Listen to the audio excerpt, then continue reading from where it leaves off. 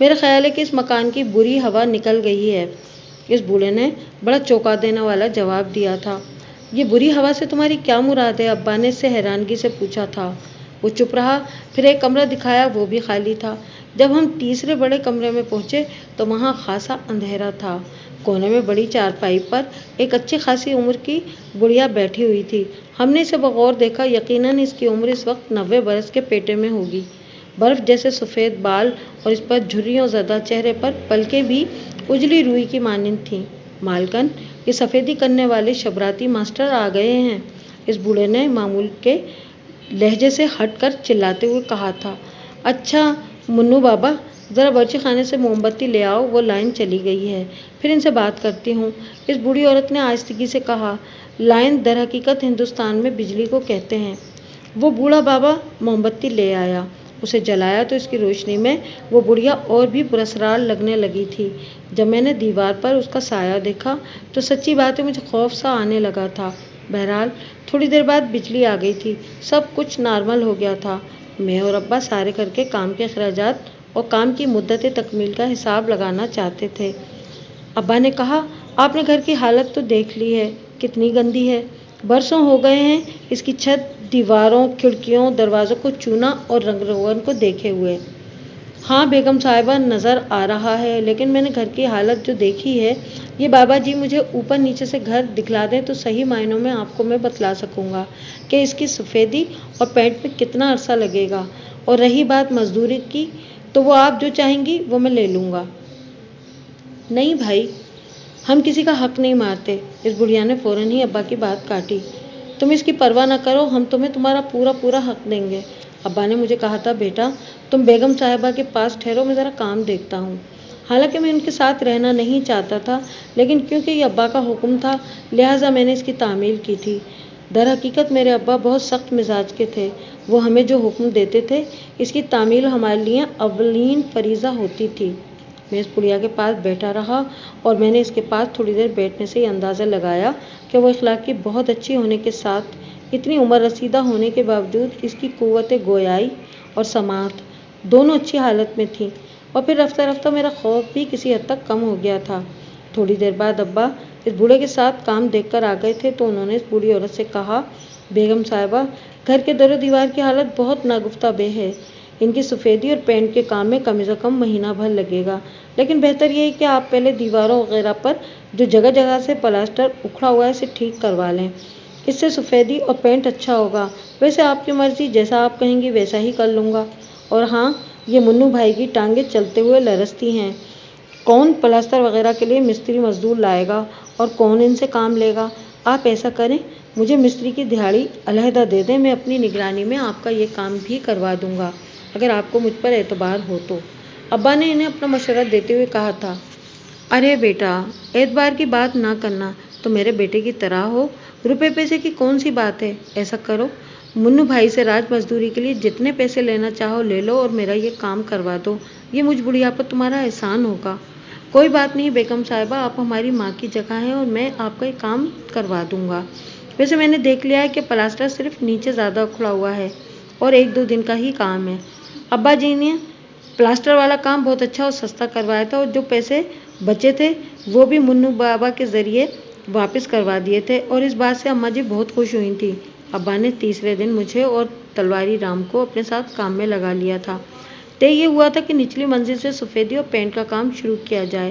میں پہلے پوٹیاں بھرتا اور دیواروں کو صاف کرتا، پھر ابا دیواروں پر سفیدی کرتے اور سب سے آخر میں تلواری رام پینٹ کرتا۔ کام بڑی تیزی سے جاری تھا کہ ایک روز اچانک کام کے دوران ابا سیڑھی سے پھسل کر گر گئے تھے۔ ان کی کمر میں کچھ ایسی چوٹ آئی تھی کہ وہ کام کے قابل نہیں رہے تھے اور انہوں نے اپنی جگہ ایک ہندو کام کرنے والے کو بلایا تھا جس کا نام مدھو سنگھ تھا۔ ایک روز کام کے دوران مدھو سنگھ نے مجھ سے کہا تھا، یار مجھے سمجھ نہیں آتی کہ اتنے بڑے گھر میں صرف 2 بوڑھے رہتے ہیں، یہ گھر بڑا پراسرار ہے، مجھے تو ایسا لگتا ہے جیسے اس مکان کی اوپری خالی منزل میں بھی کوئی رہتا ہے۔ تو یہ بات کس بنیاد پر کہہ رہا ہے؟ میں نے سوال کیا تھا۔ اس نے جواباً کہا، میں نے خود اپنے کانوں سے آج صبح اوپر کسی کے چلنے کی آہٹ سنی ہے۔ اوہ یار، تیرا وہم ہوگا۔ اچھا خیر، اگر ایسا ہی ہے تو میں یہ راز منو بابا سے جاننے کی کوشش کروں گا، میں نے تلواری رام کے جواب میں کہا۔ شام ہوئی تو ہم نے دہاڑی کا کام ختم کر لیا تھا اور اپنے گھر کے کپڑے پہننے کے علاوہ رنگدار برش چونے سے سنے کوچیوں کو بھی صاف کیا ہی تھا کہ اس دوران میں منو بابا آ گئے اور میں نے باتوں باتوں میں ان سے پوچھا تھا، آپ یہاں اتنے بڑے گھر میں 2 ہی انسان رہتے ہیں یا کوئی تیسرا بھی ہے؟ ان کے چہرے پر شکنیں نمایاں ہو گئی اور وہ مجھے قدرے ڈانٹتے ہوئے بولے، بیٹا اپنے کام سے کام رکھو، تمہیں ہماری ذاتی زندگی میں دخل دینے کا کوئی حق نہیں ہے۔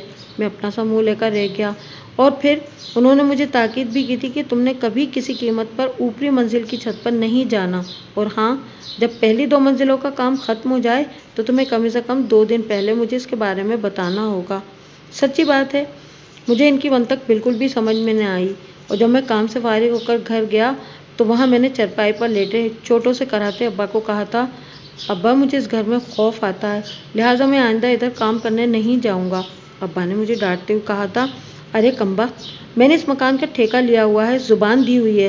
ارے بے وقوف، کل کے کچے، میں نے یہ کام تلواری رام سے ٹھیکے پر کروانا ہے، اگرچہ کہ وہ دہاڑی پر کام کر رہا ہے، لیکن میں سے اپنا حساب چکا چکا ہوں، لہٰذا ہمیں کیا کہ وہاں کوئی اوپری سایہ ہے یا وہاں کوئی تیسرا بھی ہے، بس تو اپنی بچگانہ فطرت اور ڈر کو پرے ڈال اور کل سے وہ اپنے دونوں ساتھیوں کے ساتھ کام پر جا، اور ہاں، یہ بات بھول کر آئندہ ان کے سامنے نہ کرنا، جب وہ دونوں نہیں تو وہ دونوں بدک کر بھاگ جائیں گے۔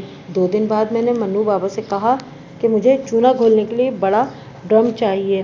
اسی دن اتفاق سے شاہجہاں پور کے بازاروں میں کسی وجہ سے تمام دکانیں بند تھیں۔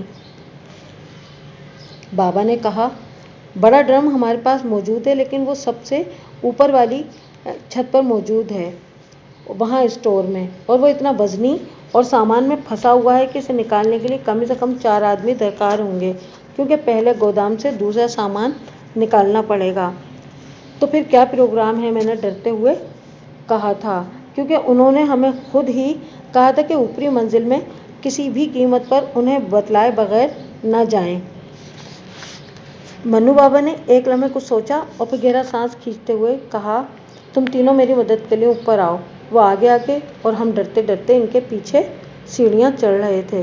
جب ہم اوپری منزل کی حدود کی آخری سیڑھی پر پہنچے تھے تو ہمیں انہوں نے ایک جھٹکے سے روکتے ہوئے کہا تھا، اوپر ذرا احتیاط سے آنا، دراصل چھت پر چھوٹی بیوی رہتی ہیں۔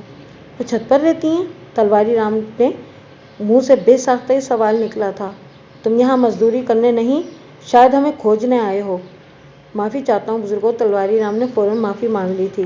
اب ہم تینوں چھت پر پہنچے تو وہاں یہ منظر دیکھا کہ ایک دبلی پتلی عورت جو کہ شکل و صورت سے حسین ناک نقشے کی مالک تھی، اس کا قد بھی بڑا اچھا تھا، وہ بڑی خاموشی سے لیکن بے چینی کے عالم میں چھت پر ٹہلنے والے انداز میں مسلسل یوں چکر لگا رہی تھی جیسے کوئی پھرکی والی موٹر اس کے پاؤں میں لگی ہوئی ہو۔ اس کی آنکھیں مسلسل اس طرح گھوم رہی تھیں جیسے وہ کسی کو تلاش کر رہی ہو۔ ہم نے اس پر ایک سرسری نگاہ ڈالی اور منو بابا کے ساتھ اسٹور کے اندر گھس گئے اور وہاں سے پہلے وہ سامان نکالنا شروع کیا تھا جس میں ڈرم پھنسا ہوا تھا۔ منو بابا، تلواری رام اور مدھو سنگھ اسٹور کے اندر تھے، جبکہ میں باہر تھا اور بہانے بہانے سے اس عورت کی جانب دیکھ رہا تھا۔ وہ یقیناً بڑی پراسرار سی لگ رہی تھی۔ وہ ایسی کیوں تھی؟ یہ سوال میرے لیے تجسس کا باعث بن رہا تھا، لیکن سچی بات ہے کہ میری ہمت نہیں پڑ رہی تھی کہ میں منو بابا سے اس پراسرار عورت کے بارے میں پوچھوں۔ مدھو سنگھ ابا کی جگہ سارا کام اور حساب کتاب دیکھ رہا تھا۔ وہ کیونکہ ابا کا ہم عمر اور پرانا دوست تھا، اس لیے جیسا وہ کہتا ویسا ہی مجھے اور تلواری رام کو ماننا پڑتا تھا۔ دوسری جانب منو بابا بھی جو ہماری مزدوری بن رہی تھی وہ بغیر کسی حیل و حجت کے توقع سے بڑھ کر دے رہے تھے۔ اور پھر ایک دن بوڑھی اماں نے مجھے خصوصی طور پر اپنے پاس بلا کر کہا، بیٹا تمیز الدین، مجھے تو آج ہی تلواری رام نے بتلایا ہے کہ تمہارے ابا جو سیڑھیاں پھسلنے کی وجہ سے گرے تھے، اب ان کی حالت بہت بری ہو گئی ہے۔ اس نگوڑے منو بابا نے تو مجھے کچھ بتلایا تک نہیں۔ بیٹا ہمیں معاف کرنا، ہم تو پہلے ہی اپنی زندگی کے ایک عذاب جیسے امتحان میں مبتلا ہیں، خدا ہمیں موت بھی آسانی سے نہیں دیتا۔ جی، آپ تو محبت کرنے والی بزرگ خاتون ہیں، اللہ آپ کو طویل زندگی دے۔ زندگی کی خوشیاں سمیٹنے کی عمر تو تمہاری ہے بیٹا، خدا تمہیں لمبی اور صحت والی زندگی دے۔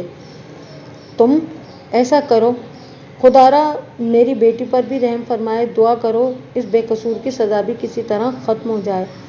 انہوں نے جب اپنے منہ سے یہ الفاظ ادا کیے کہ خدا میری بے قصور بیٹی کی سزا ختم کر دے تو میرے کان کھڑے ہو گئے تھے، اور پھر میں نے ہمت کر کے پوچھا تھا، آپ کی بے قصور بیٹی کی سزا والی بات سے کیا مراد ہے؟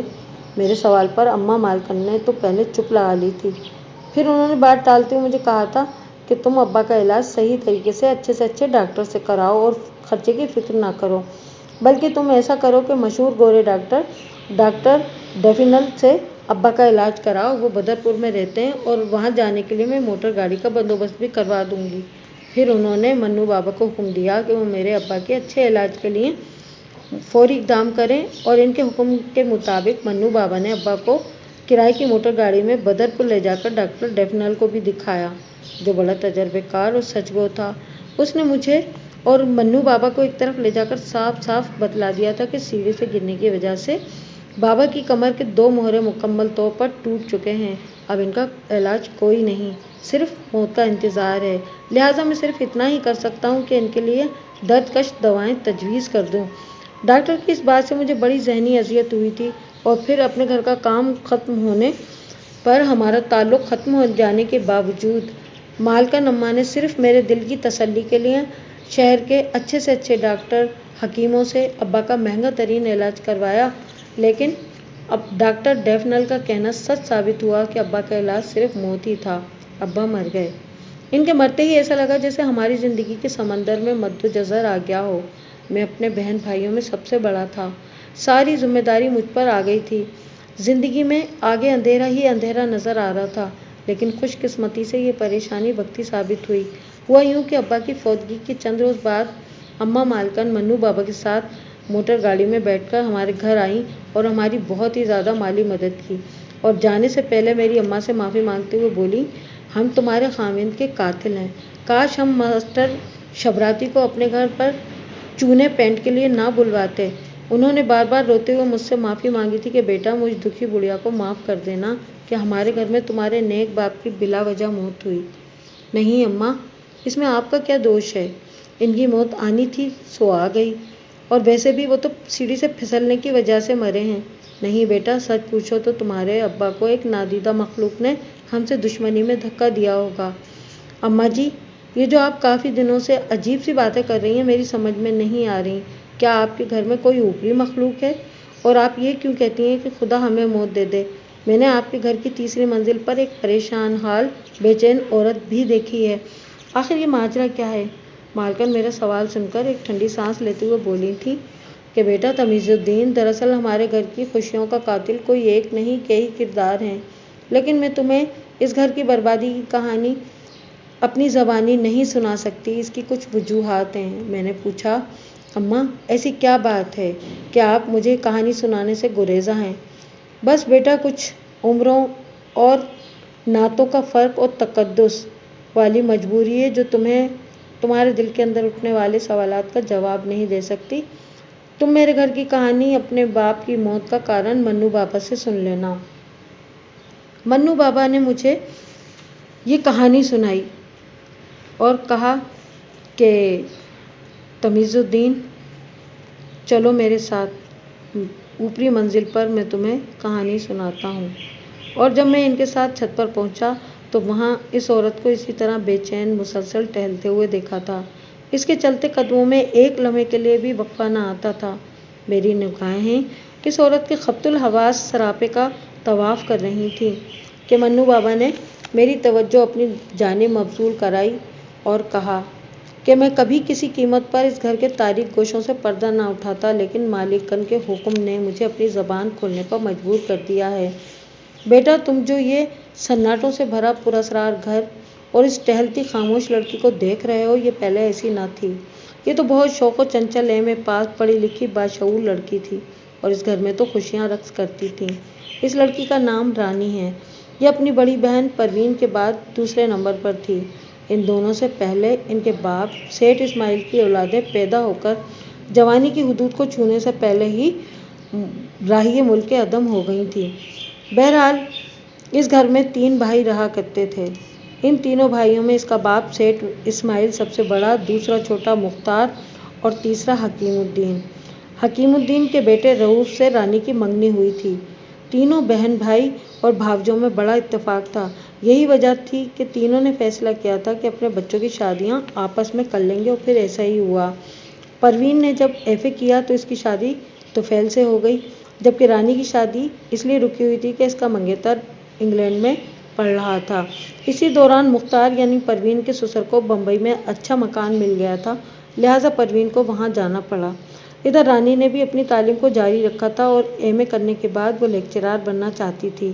رؤوف اس سے بہت محبت کرتا تھا اور دیار غیر یعنی انگلینڈ سے اس کو محبت نامے اور تحائف بھی بھیجتا رہتا تھا۔ رانی بھی اپنے منگیتر سے بہت محبت کرتی تھی۔ اس گھر کے تمام باسی انتہائی سکھی اور خوشگوار زندگیاں گزار رہے تھے کہ اس خاندان کی بربادی کا آغاز اس طرح ہوا کہ ایک دن رانی کی بہن پروین کا خط بمبئی سے آیا کہ وہ شاہجہاں پور آنا چاہتی ہے۔ دراصل اس کے ہاں اولاد نہیں ہو رہی تھی۔ اس نے پچھلے 3 سالوں میں بہت سے ٹوٹکے ڈاکٹر کی حکیمی علاج کے کیے تھے، لیکن سب بے فائدہ رہے اور اولاد ہونے کی سبیل نظر نہیں آ رہی تھی۔ دوسری جانب اس کی ساس اور اس کا خاوند اسے طعنے تشنے دے رہے تھے۔ پروین نے خفیہ طور پر یہ خط لکھا کہ میرا خاوند میری بے اولادی کے سبب میرے اوپر سوتن لانا چاہتا ہے۔ مجھے کسی نے مشورہ دیا کہ شاہجہاں پور میں ایک کرسچین تعویذ گنڈے کرنے والا ہے، میں اس سے ملوں۔ وہ اولاد کے مسئلے کے بارے میں بہت مشہور ہے اور اس کے علاج سے کافی لوگوں کو فائدہ ہوا ہے، اور میں اس غرض سے گھر آنا چاہتی ہوں۔ پروین جب شاہجہاں پور اپنے گھر آئی تو اس کے گھر والوں نے ابتدائی طور پر اس کرسچن عامل کے بارے میں معلومات حاصل کیں تو انہیں پتہ چلا کہ اس عامل کے عمل کے باعث بے شمار جوڑوں کے ہاں اولاد ہوئی ہے۔ پروین کے ماں باپ نے اپنی بیٹی کو اجازت دے دی تھی کہ وہ مذکورہ کرسچن عامل کے پاس چلی جائے۔ طے یہ ہوا تھا کہ پروین کے ساتھ اماں جائیں گی، لیکن اس روز اتفاق سے اماں کی طبیعت خراب ہو گئی اور ان کی جگہ پروین نے رانی کو کہا تھا کہ تم میرے ساتھ چلو۔ پروین اور رانی جب اس کرسچن عامل کے پاس پہنچی تو وہاں بقول پروین ان کی نگاہوں کے سامنے اللہ معاف کرے بد شکل، چیچک زدہ، کالی سیاہ رنگت والا ادھیڑ عمر کا آدمی موجود تھا۔ وہ شکل و صورت سے عورت پرست قسم کا لگ رہا تھا۔ اس نے پروین سے کہا کہ وہ اسے ایسا مؤثر ٹوٹکا بتائے گا جس کی بدولت اس کے ہاں اولاد نرینہ ضرور پیدا ہوگی، اور وہ بھی جڑواں، لیکن اس کی قیمت اسے پیسے میں نہیں کسی اور صورت میں دینی ہوگی۔ پروین نے پریشانی کے عالم میں پوچھا تھا، کیا قیمت؟ اس بدشکل کرسچن عامل نے رانی کے سراپے کا جائزہ لیتے ہوئے کہا تھا، اولاد ہونے کی صورت میں اس لڑکی کی شادی مجھ سے کرنی ہوگی۔ پروین اس وقت اپنی غرض میں اتنی اندھی ہو رہی تھی کہ اس نے عامل کی اس بات پر دھیان نہ دیا۔ دوسری جانب رانی نے بھی اس بات کو مذاق سمجھتے ہوئے کہا تھا، ہاں ہاں میں تم سے شادی کر لوں گی، تو بس میری بہن کی ماں بننے کی تمنا پوری کر دے۔ عامل نے پروین کو ٹوٹکا بتاتے ہوئے کہا تھا، میری اس شرط کی کسی کو کانوں کان خبر نہ ہو۔ اس سال خداوند نے چاہا تو تیری کوکھ سے 2 خوبصورت لڑکے پیدا ہوں گے، یہ میری طرف سے گارنٹی ہے۔ اور پھر 9 ماہ بعد واقعی پروین کے ہاں 2 خوبصورت جڑواں بیٹوں نے جنم لیا اور وہ اپنے سسرال، خاندان اور خاوند میں سرخرو ہو گئی تھی۔ جب وہ دونوں بیٹوں کو لے کر شاہجہاں پور آئی تھی تو سیٹھ اسماعیل اور پروین نے یہ فیصلہ کیا تھا کہ اس کرسچن عامل کو اس وقت کے لحاظ سے ہزاروں روپے کے تحائف دیں گے۔ اس کام کے لیے وہ مجھے بھی ساتھ لے گئے تھے۔ ہم جب اس کرسچن عامل کے گھر پہنچے تو وہاں اس نے بڑے دلیرانہ انداز میں کہا تھا، مجھے تو یہ سب نہیں چاہیے، مجھے تو رانی سے شادی کرنی ہے، وہ تو مجھ سے وعدہ کر کے گئی تھی۔ سیٹھ صاحب، پروین اور مجھے اس کے منہ سے یہ الفاظ سن کر شدید غصہ آیا تھا۔ منہ سنبھال کر بات کر بے غیرت، سیٹھ صاحب نے اسے ڈانٹتے ہوئے کہا۔ اس نے بڑے آرام سے جواباً کہا، آپ یہ الفاظ نہ کہیں، میں نے تو اپنے کام کا معاوضہ مانگا ہے، اور ویسے بھی تمہاری بیٹی نے تو مجھ سے یہ وعدہ کیا تھا، پوچھ لو، یہ سامنے کھڑی ہے۔ کیا بکواس کر رہے ہو؟ پروین نے اسے لتاڑتے ہوئے کہا تھا، ذلیل انسان، میری بہن کی چچا کے بیٹے سے منگنی ہو چکی ہے۔ اور پھر پروین نے اپنی برداشت کے دائرے سے نکلتے ہوئے اس کے منہ پر ایک زوردار تھپڑ رسید کیا تھا، اور اس کے ساتھ ہی میں نے اور اسماعیل صاحب نے اس کو بہت برا بھلا کہا تھا۔ تمہیں میری بے عزتی بہت مہنگی پڑے گی، دیکھنا میں تم لوگوں کا کیا حال کرتا ہوں۔ کرسچن عامل نے اپنا خون آلود چہرہ صاف کرتے ہوئے ہمیں یہ دھمکی دی۔ ہم نے اس کی پولیس میں رپورٹ بھی کی تھی، لیکن تھانے والوں نے اپنی مٹھی گرم کر کے اسے فارغ کر دیا تھا۔ وہ عامل بہت جنونی انسان تھا۔ اس نے پھر یہ کیا کہ ایک روز بھرے بازار میں رانی کا ہاتھ پکڑ کر کہا، تو مجھ سے وعدے کے مطابق شادی کر لے، تو میرے دل کو بھا گئی ہے، اور اگر تو نے مجھ سے شادی نہ کی تو یاد رکھ میں تجھے کسی مرد کے قابل نہ چھوڑوں گا اور دنیا تجھ پر تھوکے گی۔ وہاں موجود دکانداروں نے اس کی خوب پٹائی کی تھی تو وہ چلا گیا تھا۔ ادھر رانی کی بہت بدنامی ہو گئی تھی۔ اس نے انگلینڈ رؤف کو خط لکھا تھا کہ خدا کے لیے سب کچھ چھوڑ چھاڑ کے یہاں آ جاؤ، فوراً میرے ساتھ یہ واقعہ پیش آ گیا ہے۔ رؤف فوراً ہی انگلینڈ سے آ گیا تھا۔ وہ بڑے دل والا، پڑھا لکھا اور شریف انسان تھا۔ اس کے تمام حالات جاننے کے باوجود رانی اور رؤف کے گھر والوں نے طے کیا تھا کہ شادی کے فوراً بعد رانی انگلینڈ چلی جائے گی۔ ان کے اس اقدام سے رانی اس منحوس کرسچن سے دور ہو جائے گی۔ رانی کی شادی بڑی دھوم دھام سے ہوئی تھی، لیکن رؤف جب رات کو دلہن کے کمرے میں گیا تھا تو اس نے گھونگھٹ اٹھاتے ہی اپنی ناک پر رومال رکھ لیا۔ رانی نے حیرت سے پوچھا تھا، کیا بات ہے؟ کیا میں دلہن نہیں کوئی بھنگن ہوں جو آپ نے اس طرح اپنی ناک پہ رومال رکھ لیا ہے؟ رؤف خاموشی سے اسے دیکھتا رہا لیکن زبان سے کچھ نہ بولا۔ رانی نے تنگ آ کر اسے جھنجھوڑتے ہوئے پوچھا تھا، کیا بات ہے؟ تم یکدم جھٹکے سے میرے وجود سے دور کیوں ہو گئے؟ اب رؤف نے آہستہ سے لب کھولتے ہوئے کہا تھا، مجھے تمہارے وجود سے عجیب سی بدبو آ رہی ہے۔ یہ تم کیا بکواس کر رہے ہو؟ رانی نے روتے ہوئے سوال کیا تھا۔ میں سچ کہہ رہا ہوں رانی، تمہارے بدن سے شدید بدبو آ رہی ہے۔ رانی تو جیسے جنون میں آ گئی تھی۔ اس نے رؤف کو جھنجھوڑا اور چلاتے ہوئے کہا تھا، دیکھو میں گلاب اور اپٹن جیسی خوشبوؤں سے نہائی ہوئی ہوں، تم کیسی پاگلوں جیسی باتیں کر رہے ہو؟ وہ بری طرح سے چیخنے چلانے لگی تھی۔ رانی کیونکہ اسی گھر میں بیاہ کر اسی گھر کے دوسرے پورشن میں آ گئی تھی، اس لیے اس کی چیخ و پکار نے رانی اور رؤف دونوں کے گھر والوں کو ہلا کر رکھ دیا تھا۔ سب لوگ حجرہ عروسی کے دروازے پر بہت پریشان کن انداز سے پہنچے تھے جہاں عذاب پڑا ہوا تھا۔ بڑی بیگم اور سیٹھ اسماعیل نے گھبرا کر رؤف سے پوچھا تھا کہ آج تمہاری خوشیوں والی رات ہے، پھر یہ کیا ماجرا ہے؟ اس پر رؤف نے بہت مایوس کن انداز میں کہا تھا، رانی کے جسم سے بہت بری بدبو آ رہی ہے۔ بیٹا تم کتنی بھونڈی اور عجیب بات کر رہے ہو، دیوانے ہو گئے ہو کیا؟ رؤف کی ماں نے اسے غصے سے ڈانٹتے ہوئے کہا تھا، میں کوئی دیوانہ نہیں ہوں، میں یہ بات بڑے وثوق سے کہہ رہا ہوں کہ رانی کے وجود سے بدبو آ رہی ہے۔ رؤف کی یہ بات سن کر بڑی مالکن نے جنونی انداز میں سب کو دھکا دیا تھا اور آگے بڑھ کر پاگلوں کی طرح رانی کے جسم کو اپنی ناک لگا کر سونگھتے ہوئے بولی تھی، ارے بے وقوف، اس کے جسم سے تو حنا، اپٹن، گلاب اور دیگر چیزوں کی خوشبو آ رہی ہے۔ رؤف تم نے کیوں اپنی سہاگ رات کو تماشا بنا کر رکھ دیا ہے؟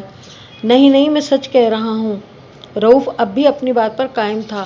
اچھا بیٹی تم ایسا کرو کہ میرے کمرے میں چل کر سو جاؤ، اور رؤف مجھے ایسا لگتا ہے کہ تم بیمار ہو، تم بھی آج رات الگ سو جاؤ، صبح کچھ فیصلہ کریں گے۔ صبح ہوئی تو ولیمے والے دن گھر کے تمام افراد یعنی سسرال اور میکے والے افسردگی کی تصویر بنے ہوئے تھے۔ اس رات رؤف کو بزرگوں نے سمجھا بجھا کر رانی کے کمرے میں بھیجا۔ رانی کے جسم پر کئی قیمتی خوشبوؤں، عطریات کی بوتلیں انڈیلی گئیں۔ پورا کمرہ دلکش خوشبوؤں سے مہک گیا تھا۔ سب کو امید تھی کہ بگڑی بات بن جائے گی، لیکن اس بار بھی رؤف کو رانی بدبو سے بھرا گٹر لگی تھی۔ اس نے بہت مجبوری والی کیفیت میں رانی سے رخ موڑ کر کہا تھا، میں تمہیں دل سے اپنی بیوی مانتا ہوں، یہ جو کچھ بھی تمہارے ساتھ ہو رہا ہے اس کے باوجود مجھے تم سے محبت ہے، لیکن میں تمہیں زوجیت کا حق نہیں دے سکتا اور نہ تمہارے ماتھے پر طلاق کا کلنک لگاؤں گا۔ یہ کہہ کر رؤف کمرے سے یوں نکلا جیسے رانی کے دل سے نکلا ہو۔ رانی تو بیاہی ان بیاہی سی ہو گئی تھی۔ ارد گرد کی عورتیں اور باتیں بنانے والے اسے آدھی دلہن کا طعنہ دیا کرتے تھے۔ ان حالات کے باعث سیٹھ اسماعیل اور عبدالحکیم کی لڑائی ہو گئی۔ رؤف واپس انگلینڈ چلا گیا۔ خوشیوں بھرے گھر میں اداسی نے ڈیرے ڈال لیے۔ پروین اور اس کے شوہر نے رانی کو جگہ جگہ ڈاکٹروں، حکیموں اور مولویوں، تعویذ گننے والوں کو دکھایا۔ سب نے مشترکہ طور پر یہ جواب دیا تھا کہ رؤف کے دماغ پر شاید کوئی جادو کر دیا گیا ہے، ورنہ تو رانی بظاہر میڈیکلی طور پر ٹھیک ہے۔ البتہ ایک کالے عمل کرنے والے نے یہ بتایا کہ رانی پر اس کرسچن عامل نے کچھ ایسا عمل کر دیا ہے کہ جو بھی مرد اس کے قریب جائے گا وہ اس کے جسم سے نکلنے والی بو سے نفرت کرے گا، اور یہ بدبو صرف اس کے قریب جانے والے مرد کو ہی محسوس ہوگی۔ رانی اب سارا دن اور ساری رات، سارا وقت اس دن کو کوستی اور پروین سے لڑتی رہتی کہ کاش میں تمہارے ساتھ اس حرامزادے عورت پرست عامل کے پاس نہ جاتی اور اس سے مذاق میں یہ نہ کہتی کہ میں تجھ سے شادی کروں گی، کاش میں اس کے منہ پر اسی لمحے تھپڑ رسید کر دیتی۔ رانی کے حالات دن بدن بدتر ہونے لگے تھے۔ عارف رؤف اپنی تعلیم وغیرہ مکمل کر کے مکمل طور پر انگلینڈ میں سیٹ ہو گیا تھا، لیکن اس نے رانی کو نہ تو طلاق دی تھی اور نہ ہی اپنے پاس بلایا تھا۔ اب رانی تقریباً روزانہ اسے خط لکھتی تھی کہ رؤف مجھے تم سے شدید محبت ہے، دیکھو میرے وجود سے اب بدبو نہیں آتی، خدا کے لیے لوٹ آؤ۔ لیکن اسے وہاں سے کوئی جواب نہ آتا تھا، بالآخر تھک ہار کر بیٹھ گئی تھی۔ اور پھر ایک روز رانی نے شدید مایوسی اور پریشانی کے عالم میں یہ شرمناک حرکت کی کہ اس نے محلے کے ایک بچے کو بلا کر اپنا جسم چیک کرنے کی خاطر اس کو سونگھایا۔ اس بچے نے شدید گھبراہٹ کے عالم میں یہ کہا تھا، باجی مجھے تو تمہارے بدن سے مرے ہوئے چوہوں کی بو آ رہی ہے۔ پھر ایک دن یہ ہوا کہ رانی گھر سے غائب ہو گئی۔ اسے بہت تلاش کیا اور پولیس میں رپورٹ درج کروائی تو پتہ چلا کہ وہ اس کرسچن عامل کے گھر چلی گئی تھی اور اس کو قتل کرنے کے لیے تیز چھری سے اس پر وار کیے تھے۔ رانی کو پولیس نے عامل پر حملہ کرنے کے جرم میں گرفتار کر لیا تھا، جبکہ شدید زخمی عامل نے چوتھے روز یہ کہہ کر دم توڑ دیا تھا کہ رانی تو نے مجھ سے شادی نہیں کی، تو وعدہ خلاف ہے۔ دیکھ تو اب ساری زندگی تو کسی مرد کی قربت کو ترسے گی، جو بھی مرد تیرے قریب آئے گا وہ تجھے دھتکار دے گا اور تیرے گھر والے ساری زندگی مصائب کا شکار رہیں گے۔ تم موت مانگو گی تو وہ بھی تمہارا مذاق اڑا کر چلی جائے گی، اور میں مرنے کے بعد بھی تمہارے گھر کے در و دیواروں میں بس کر بدروح کی شکل میں تمہیں بے سکون کرتا رہوں گا۔ بس بیٹا۔ یہ سب کہہ کر وہ عیسائی عامل مر گیا۔ اس کے ساتھ سیٹھ اسماعیل بیٹی کے صدمے میں مر گئے تھے۔ رانی کو عدالت نے عامل کے خراب چال چلن سے واقف ہونے کے بعد اس کے قتل کے جرم میں سزائے موت کے بجائے 10 سال کی سزا سنائی تھی۔ وہ جیل کی سزا میں ہی پاگل ہو گئی تھی۔ چچا حکیم اور ان کا کنبہ اس منحوس مکان سے چلے گئے تھے۔ اب اس گھر میں بڑی مالکن اور رانی بی بی ہیں، اور بیٹا ہو سکے تو ہمیں معاف کر دینا۔ ہم اگرچہ تمہارے بابا کی بے وقت موت کے ذمہ دار تو نہیں ہیں، لیکن بدقسمتی سے یہ گھر اس کا باعث بنا۔ وہ خبیث عامل تو مر گیا، لیکن اس کی روح اب بھی اس گھر کے در و دیوار میں ہمارا سکون اور خوشیوں کو برباد کرنے کے لیے ہمیشہ موجود رہتی ہے۔ اس کی بھٹکتی روح جب کبھی بھی دیکھتی ہے کہ اس گھر کو سجایا جا رہا ہے یا اس کی خوشیوں کا کوئی سامان ہو رہا ہے تو وہ کسی ہیلے بہانے سے اسے پامال کر دیتی ہے۔ اس روز جب تمہارے بابا، تم اور تلواری رام چونے اور پینٹ کا کام کر رہے تھے تو میں بڑی مالکن کے کمرے میں موجود ان کی معمول کی دوائی بنا رہا تھا، تو اچانک میرے ہاتھ سے دوائی کی شیشی بے اختیار گر کر ٹوٹ گئی تھی، اور اس کے ساتھ ہی مجھے در و دیوار میں پراسرار سا ارتعاش محسوس ہوا تھا۔ یہ سب کچھ بس میں محسوس کرتا ہوں اور سمجھ جاتا ہوں کہ اس خبیث عامل کی روح کوئی شیطانی حرکت کرنا چاہ رہی ہے۔ بس اسی لمحے نیچے سے تمہارے ابا کی سیڑھی سے گرنے کی آواز آئی تھی۔ ظالم عامل کی روح اپنا کام مکمل کر چکی تھی۔ منو بابا نے یہ کہانی مکمل کرنے کے بعد مجھ سے کہا، بیٹا میری تم سے استدعا ہے کہ تم نیچے اتر کر اب کہیں رکنا نہیں، سیدھے اپنے گھر جانا اور کبھی اس طرف لوٹ کر نہ آنا۔ میں نے اس گھر سے نکلتے ہوئے جب آخری بار بے چینی سے ٹہلتی ہوئی رانی کو دیکھا تو وہ اپنے بازوؤں کو مسلسل سونگھے جا رہی تھی۔ میری اللہ تعالیٰ سے یہ التجا ہے کہ اللہ کسی کو بھی ان حالات کا شکار نہ کرے۔